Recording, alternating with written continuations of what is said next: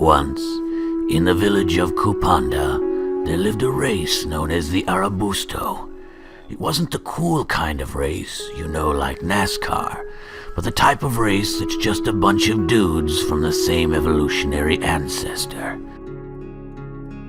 The Arabusto were little plant dudes who had figured out a way to harness the energy of the sun, 'cause they're plants.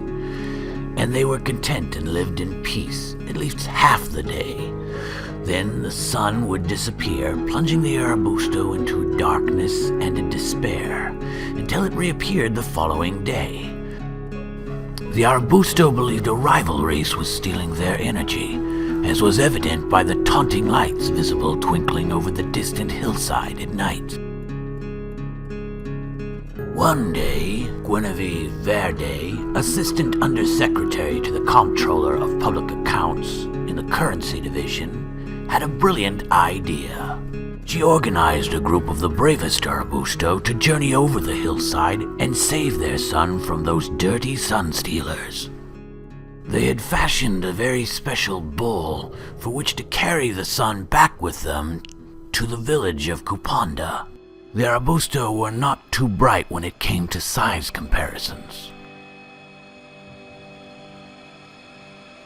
So off they went, Ochre, Morone, Chartreuse, and Rosa, to accompany Guinevere Verde on her special government-approved mission to the land of the dirty sun stealers and to figure out how to liberate their son.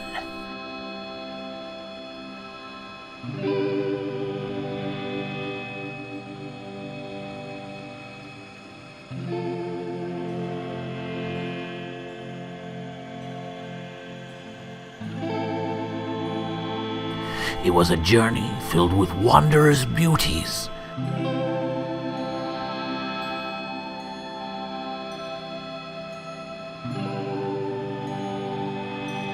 But also terrible perils. The little party arrived at what they thought was the village of the rival race, but it was a strange place.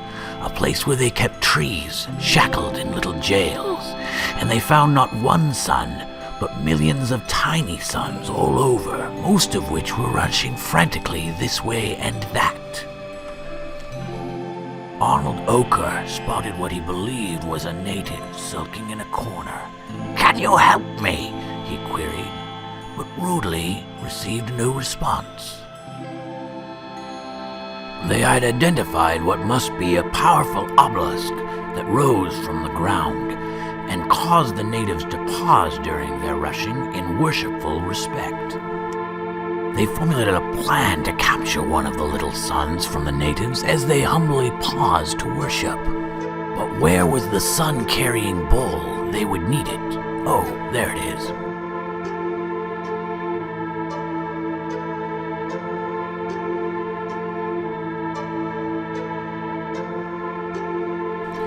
The plan turned out not to be well planned, and its outcome was unfortunately tragic disaster.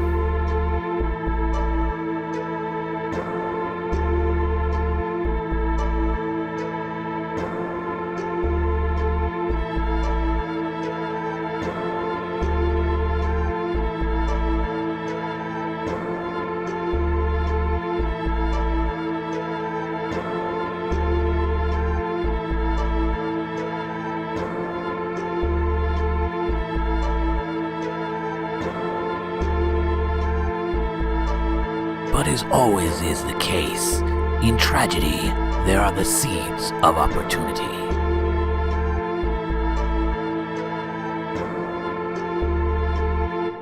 What was left of the little group of adventurers returned to Kupanda, armed with the secret of the rival tribe's sons.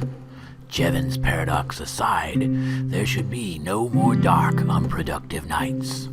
All the tribe gathered around the returning adventurers. Naturally, they were curious what this secret of the suns was. Ochre said to them, "Come here, I'll show you."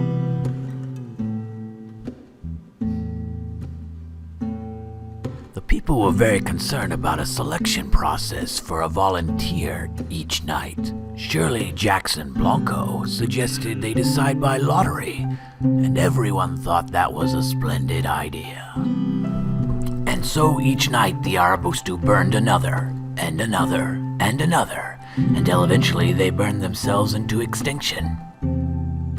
The moral of the story: in the quest for energy efficiency, you can A. unsuccessfully invade a rival foreign power you don't understand, B. squander your resources and your race into extinction, or C.